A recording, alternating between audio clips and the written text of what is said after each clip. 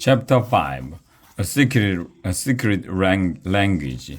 Grown-ups always say practice makes perfect. And you know what? For once, they were right.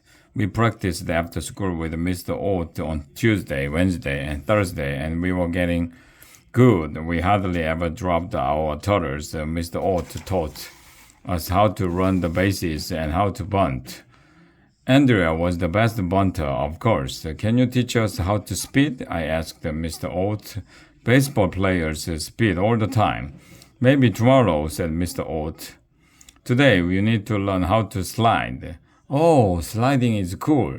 When there's a close play, you're supposed to slide into the base to make it harder for the fielder to tag you.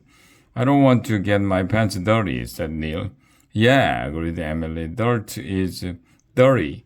That's why they call it dirt, shouted Mr. Oat. He told us that sliding was dangerous, so we had to be really careful. He set up a slip and slide on the grass. Do you know what a slip and slide is? If you don't, what is your problem? Look it up. Everybody knows what a slip and slide is. It has the perfect name. Anyway, Mr. Oat showed us how to do a bent leg slide. That's when you fold one leg under the other knee so your legs make a shape like the number 4.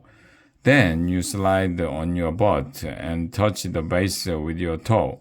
Sliding is fun, especially when you are sliding on a slip and slide. We all lined up and slid over and over again. Even Emily looked like she was enjoying herself. Hit the dirt, Mr. Oat shouted when it was time for us to slide. After a while, we were getting good at sliding.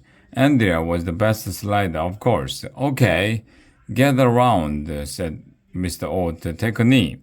How can we take a knee? I asked. The knee aren't removable. It's just an expression, Arlo, said Andrea. I knew that. I was just yanking Andrea's chain. We all gathered around Mr. Oat like a football team in a huddle. We lowered his voice to a whisper.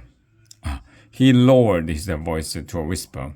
Okay, you kids have mastered the fundamentals, he said. Now it's time for me to teach you some science. Science? We all said. Nobody knew what he was talking about. It's like a secret language that only we understand, said Mr. Oat. We don't want the dark team to know what we are planning to do. Secret languages are cool. Our bus driver, Mrs. Comel, invented her own secret language. You can read about it in a book called Mrs. Comel is Not Normal. When I touch my nose, Mr. Oat said, as he touched his nose, it means swing at the next pitch. And if I touch the brim of my cap, it means bunt the next pitch. Got that? We all got it. If I tug on my left ear, Mr. Oat said as he tugged on his left ear, it means take. Take what? I asked. Take the next pitch, he replied. Where should we take it? I asked. Taking a pitch means you don't swing at it, Arlo. Andrea told me, rolling her eyes. Oh, why didn't he say so? If I put my hands on my hips, Mr. Oat said as he put his hands on his lips, it means steal a base. Stealing is wrong, said Alexia. That's what my parents tell me. Well, said Mr. Oat, the ball field is the one place it's okay for you to steal.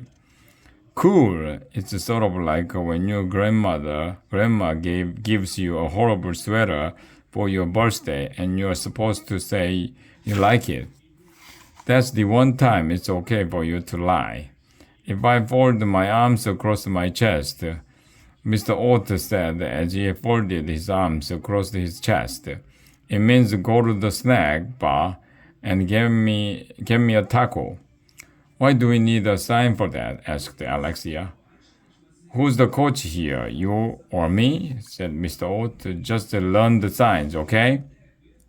Then Mr. Oat waved his hand back and forth behind his back. What does that sign mean? Neil asked. Oh, said Mr. Ott, that means I just farted. Asterisk, every book is required to have one fart joke.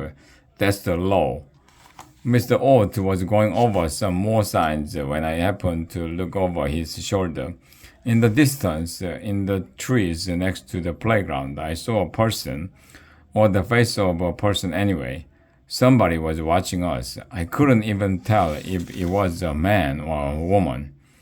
The person was looking through binoculars. Hey, look, I shouted, pointing to the trees. Nobody was there.